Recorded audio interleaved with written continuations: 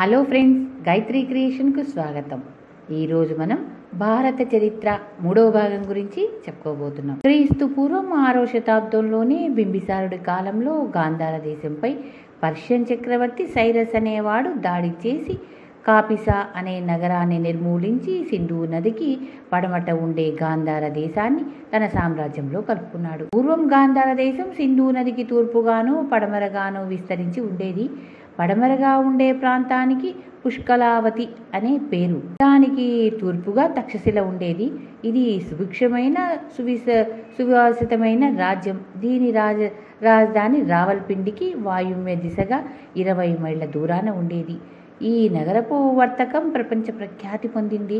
గొప్ప విద్యా కేంద్రంగా ఇది గడించి ఖ్యాతి అంతులే. మహాభారతం మొట్టమొదటిసారిగా తక్షశిలలోనే పఠించబడిందని చెబుతారు. తక్షశిల రాజ్యానికి ఎగువగా ఉరస, అభిసార అనే దేశాలు ఉండేవి. నైరుతి దిశగా పూరులు లేక పౌరవులు అనే జాతివారు ఉండేవారు. వీరు వేదకాలం నాటికే ప్రసిద్ధులు. జీలం, చీనాబ్ నదుల మధ్య ఒక రాజ్యాన్ని పెద్ద పోరస్ అనేవాడు, చీనాబ్, రావి నదుల మధ్య ప్రాంతాన్ని చిన్న పోరస్ అనేవాడు పాలించినట్టు గ్రీకు చరిత్రకారులు రాశారు. రావి, చీనాబ్, నదుల దిగువ ప్రాంతాల్లో సిబులు, మాలవులు, శుద్రులు, అంబస్తులు అనే జాతుల వారు నివసించేవారు. ఇవన్నీ స్వతంత్ర జాతులు. వీటిలో కొన్ని ప్రజాతంత్రం కలవి. అయితే వీరి మధ్య స్పర్ధల వల్ల విదేశీయులు భారతదేశంపై దాడి చేసే అవకాశం చిక్కింది. యూరప్ ఆగ్నేయ ప్రాంతంలో మెసిడన్ అనే బల సంపూర్ణమైన యువరాజ్యం ఉండేది. క్రీస్తు పూర్వం 336లో అలెగ్జాండర్ అనే సమర్థుడైన యువకుడు ఈ దేశానికి రాజైనాడు. ఇతను డేరియస్ సంతతికి చెందిన పర్షియన్ రాజులను క్రీస్తు పూర్వం 33లోను 331లోను 2 సార్లు ఓడించి వారి రాజ్యాన్ని ఆక్రమించుకున్నాడు. 330 కల్లా పర్షియన్ల సామ్రాజ్యం అలెగ్జాండరు ఆధీనంలోనికి వచ్చింది. పర్షియన్ల పరిపాలనలో ఉండిన భారత భూభాగాలను స్వాధీనపరుచుకునేటందుకు అతను క్రీస్తు పూర్వం 327లో హిందూ కుష్ పర్వతాలు దాటి వచ్చాడు. పుష్కలావతి మొదలైన అనేక నగరాలను జయించి అతను 326లో పడమట వంతెన మీదుగా సింధు నదిని దాటి తూర్పుగా వచ్చాడు. తక్షశిల రాజైన అంబి అనేవాడు అలెగ్జాండర్కు ఘనమైన ఆతిథ్యం ఇచ్చి గొప్పగా సహాయపడ్డాడు. అంబి ప్రవర్తనను చూసి తీవ్రంగా నిరసించిన వాడు పెద్ద పౌరరాజు అంటే పోరస్. ఇతను మహావీరుడు, మహాకాయుడు.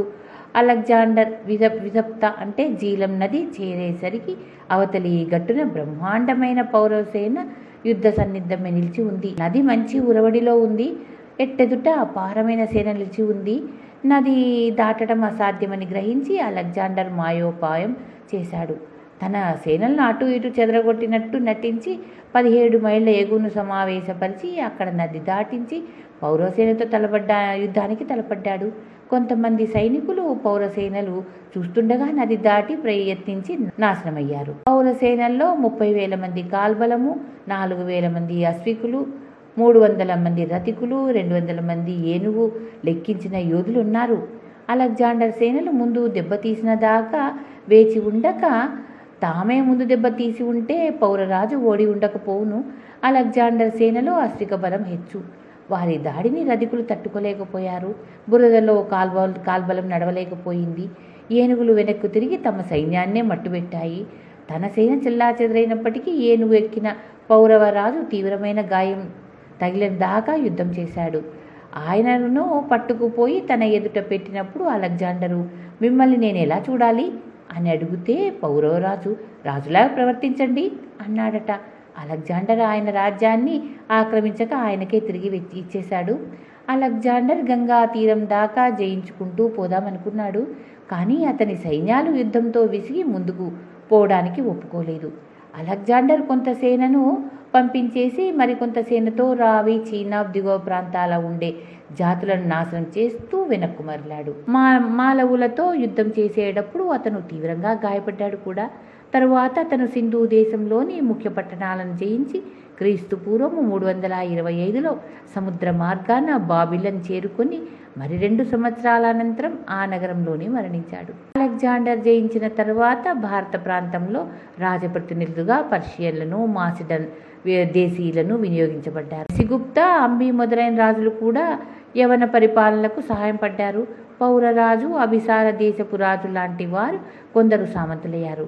పుష్కలావతిలోను, తక్షశిలలోను అలెగ్జాండర్ తాలూకు సైనిక కేంద్రాలు ఏర్పాటయ్యాయి. అలెగ్జాండర్ ఇంకా పంజాబ్లో ఉండగానే క్రీస్తు పూర్వం 326లో సింధు దిగువ లోయలోని బ్రాహ్మణులు జనాన్ని రెచ్చగొట్టి విదేశీ పాలకులపై పెద్ద పితూరి లేవదీశారు. కానీ అలెగ్జాండర్ చేత వినియోగితులైన పాలకులు దీన్ని అణగదొక్కారు. అయితే ఈ యువ పాలకులు మధ్య చీలికలు ఏర్పడసాగాయి. పశ్చిమ పంజాబ్ పాలకుడైన ఫిలిపోన్స్ అనేవాడు క్రీస్తు పూర్వం 324లో హత్య చేయబడ్డాడు. మిగిలిన వారు తమ ఆక్రమణలో ఉన్న భారత ప్రాంతాన్ని పంచుకునేందుకు కీచులాడుకోసాగారు. వారి మధ్య గల వైషమ్యాలను ఆధారం చేసుకుని పరపీడులను పారద్రోలి దేశాన్ని దాస్యం నుంచి విడిపించిన వాడు చంద్రగుప్తుడు. ఇతనిది మౌర్య వంశం. ముర ఇతనికి తల్లి గాని నాయనమ్మ గాని అయ్యుండవచ్చు. ఆమె ఒక నందరాజు భార్య అని చెబుతారు. ఈమె పేరనే మౌర్య వంశం ఏర్పడిందని, ఈమె శూద్రస్త్రీ కనుక మౌర్యులు శూద్రులని ఒక వాదం. అయితే మౌర్య వంశపు క్షత్రియులు ఫిలిప్పీన్లు రాజ్యాన్ని పాలించినట్టు పురాతన బౌద్ధ వాంగ్మయాల్లో చెప్పబడి ఉంది.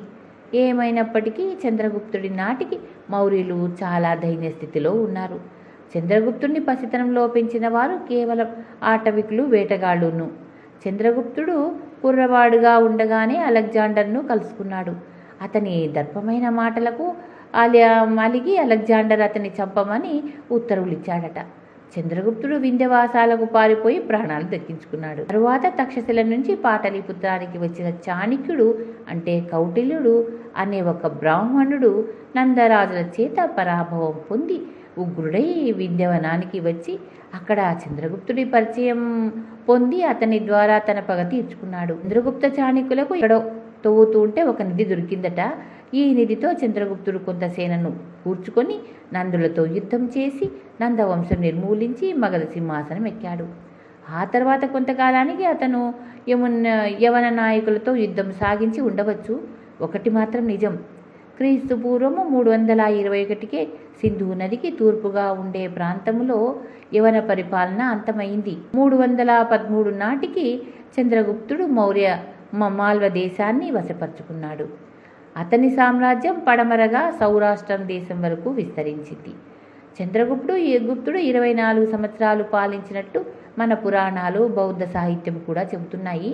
అతని ఆఖరు రోజులలో మౌర్య సామ్రాజ్యం వాయువ్య ప్రాంతానికి విస్తరించింది. ఇది ఎలా జరిగిందంటే అలెగ్జాండర్ కింద సేనా నాయకుల్లో ఒకడైన సెల్యూకస్ అనేవాడు అలెగ్జాండర్ మరణానంతరం బాబిలన్ పరిగణాలకు రాజైనాడు. తన సామ్రాజ్యాన్ని మధ్యధరా సముద్ర తీరం నుంచి సింధు నది వరకు విస్తరింపజేసి సింధు నదికి తూర్పున గల ప్రాంతాన్ని కూడా ప్రయత్నించి విఫలుడయ్యాడు. దాని ఫలితంగా సెల్యూకస్ చంద్రగుప్తుడితో సంధి చేసుకొని చంద్రగుప్తుడి వద్ద 500 ఏనుగులు పుచ్చుకొని కాబూల్లో కొంత ప్రాంతము, కాందహారు, బులిచిస్తాన్ మొదలైన విస్తృత ప్రాంతాలను చంద్రగుప్తుడి పరం చేశాడట. ఈ సంధిని బలపరచడానికి గాను సెల్యూకస్ చంద్రగుప్తునితో బియ్యం చేసుకోవటమే కాక పాటలీపుత్ర రాజధానిలో తన రాయబారిని కూడా ఉంచాడు. చంద్రగుప్తుడు జైన మతం స్వీకరించాడని ఆయన తన రాజ్యాన్ని వదిలిపెట్టి మైసూరు రాష్ట్రంలోని శ్రావణ బెల్గోల్లో తన చివరి రోజులు గడిపాడని జైనులు చెప్పారు. కానీ గ్రీకులు చెప్పేదాన్ని బట్టి చూస్తే చంద్రగుప్తుడు బలులు మానలేదు, జైనులు అవలంబించే అహింసా విధానాన్ని అవలంబించలేదు. ఆయనకు వేట అంటే చాలా ప్రీతి కూడాను. చంద్రగుప్తుడిలాగే ఆయన కుమారుడు బింబిసారుడు, మనవడు అశోకుడు కూడా వేట తమకం గలవారు. అయినప్పటికీ చంద్రగుప్తుడు జైన మతం స్వీకరించకుండానే ఆ మతాన్ని ప్రోత్సహించి ఉండవచ్చు. చంద్రగుప్తుడు రాజైనది క్రీస్తు పూర్వము 326లో కానీ అటు తర్వాత కానీ అయి ఉండాలి. చంద్రగుప్తుడి అనంతరం అతని కొడుకు బింబిసారుడు మౌర్య సామ్రాట్ అయ్యాడు. ఇతను క్రీస్తు పూర్వం 302లో కానీ ఆ తర్వాత కానీ రాజై ఉండవచ్చు. బింబిసారుడు 25-28 ఏళ్ల మధ్యకాలంలో పాటు రాజ్యపాలన చేశాడు. ఇతనికి అమిత్రఘాతకుడు అన్న బిరుదు ఉండేది. ఇతను తన తండ్రి సంపాదించిన సామ్రాజ్యాన్ని పెంచకపోయినా తరిగిపోకుండా నిలబెట్టుకున్నాడు. తక్షశిలలో ఒక పితూరి సాగితే బింబిసారుడు దాన్ని విజయవంతంగా అణచగలిగాడు అని ఒక గాథ కూడా ఉంది. ఇతని కాలంలో ఉత్తర హిందూస్థానంలో చాలా భాగము, దక్కన్లో కొంత భాగము మగధ సామ్రాజ్యంలో చేరి ఉండేది. కళింగ దేశంలో మాత్రం స్వతంత్రంగా ఉండేది. బింబిసారుడు కూడా తన తండ్రిలాగే యువనులతో సత్సంబంధాలు చేసుకున్నాడు. సెల్యూకస్ కుమారుడికి ఇతనికి మధ్య స్నేహపూర్వకమైన ఉత్తరాలు జరిగాయట. చంద్రగుప్తుడి కొడుకైన బింబిసారుడు క్రీస్తు పూర్వం 273 ప్రాంతంలో చనిపోయాడు. ఆయన చనిపోయిన 4 సంవత్సరాల అనంతరం అశోకుడు పాటలిపుత్రంలో రాజ్యాభిషేకం చేసుకున్నాడు. బింబిసారుడికి అనేక మంది కూతుళ్ళు కొడుకులు ఉండేవారు. రాజ్యాధికారం కోసం బింబిసారుడి కొడుకుల మధ్య ఘర్షణ జరిగినట్లు కనిపిస్తుంది. అశోకుడు తన సోదరులను అనేక మందిని చంపి సింహాసనం ఎక్కాడని ప్రతీతి. అతడు బింబిసారుడి సింహాసనానికి అసలైన వారసుడు కాకపోవచ్చు. అశోకుడి పట్టాభిషేకం 4 ఏళ్లు ఆలస్యంగా జరగటానికి కారణం అన్నదమ్ముల మధ్య అంతకలహమే కావచ్చు. అశోకుడు ప్రియదర్శి, దేవానాం ప్రియ అనే బిరుదులను తన పేరుతో చేర్చుకున్నాడు. అనేకమైన అశోక శాసనాలలో ఈ బిరుదులు కానవస్తాయి. రాజ్యానికి వచ్చిన తొలి కాలంలో అశోకుడు తన పూర్వులలాగే కత్తిపట్టి ఏలాడు. ఆయన కళింగ రాజ్యంతో ఘోరమైన యుద్ధం చేసి దాన్ని కూడా మగధ రాజ్యంలో చేర్చుకున్నాడు.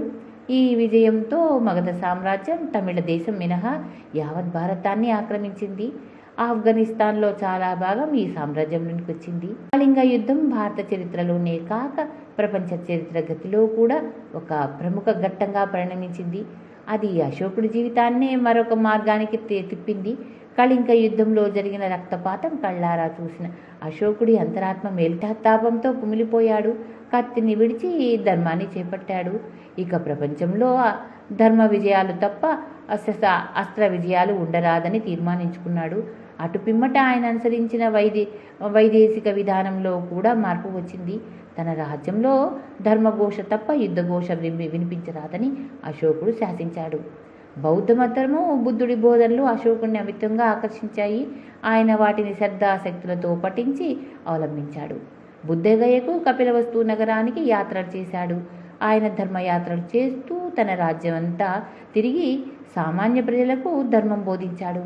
ఒక్క బిగిన 256 రోజులు దేశయాత్ర చేసి తన రాజ్యంలోనూ పరిసర జంబూ ద్వీప ప్రాంతాల్లోనూ ప్రజలు వెనుకటి కన్నా దైవత్వానికి దగ్గర పడ్డారని తృప్తిపడ్డాడు.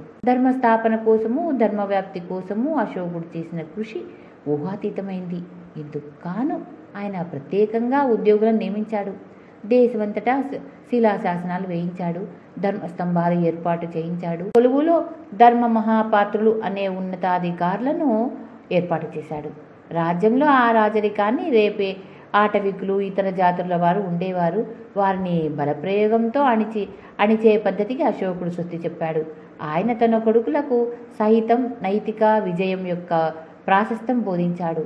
ధర్మ ప్రచారంలో ఆయనకు కారువాకి మొదలైన రత్నులు కూడా తోడ్పడ్డాడు. బౌద్ధ ధర్మాన్ని ఇతర దేశాల్లో ప్రచారం చేయటానికి అశోకుడు ఇతర దేశాలకు ప్రచారకులు కూడా పంపాడు. ఈ విధంగా బౌద్ధం సింహళానికి, బర్మాకు, సుమిత్రాలకు, ఇతర ప్రాంతాలకు కూడా వెళ్ళింది. యువన దేశాలకు కూడా అశోకుడు ప్రచారకులను పంపాడు. కానీ అక్కడ బౌద్ధం అంతగా పాదుకోలేదు.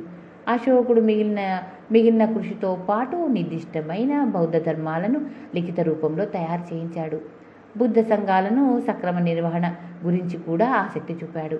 అశోకుడిలో విశేషం ఏమంటే ఆయన బౌద్ధ మతాభిమాని అయినప్పటికీ ఇతర మతాల పట్ల అసహనం చూపలేదు, ఇతరులను చూడనివ్వలేదు. బ్రాహ్మణులు, జైనులు, గోశాల మతం వారైన అజీవికులకు తదితర మతాలను వారు తమ మతాలను స్వేచ్ఛంగా అనుసరించగలిగారు. తాను ఏదైతే బోధించాడో దాన్ని అశోకుడు అక్షరాలా ఆచరించాడు. జంతువులను అదుపులో ఉంచాడు. బలులు నిషేధించాడు. మానవులతో పాటు పశువులకు కూడా చికిత్సా సౌకర్యాలు ఏర్పాటు చేశాడు. ప్రయాణికుల సౌకర్యం కోసం రహదారుల వెంబడి చెట్లు, తోటలు వేయించాడు. అశోకుడు మరొక ప్రత్యేకత ఏమంటే ఆయన నిర్మించిన కట్టడాలు అద్భుతమైనవి. ఆలయాలు, విహారాలు, స్మారక స్తూపాలు మొదలైన వాటి చెంత అద్భుతమైన కట్టడాలు ఉన్నాయి. ఆయన ప్రజలకు ఐక్యత, సహనం, అహింస బోధించాడు. ఆయన కృషితో గంగా తీరాన కొద్దిమంది మాత్రమే అవలంబించిన బౌద్ధ మతం విశ్వవ్యాప్తి పొందింది. భారత చరిత్రలో అశోకుడి లాంటి అపూర్వ వ్యక్తి మనం చూడం. అశోకుడు 36 లేక 37 ఏళ్ల పాటు రాజ్యం చేసి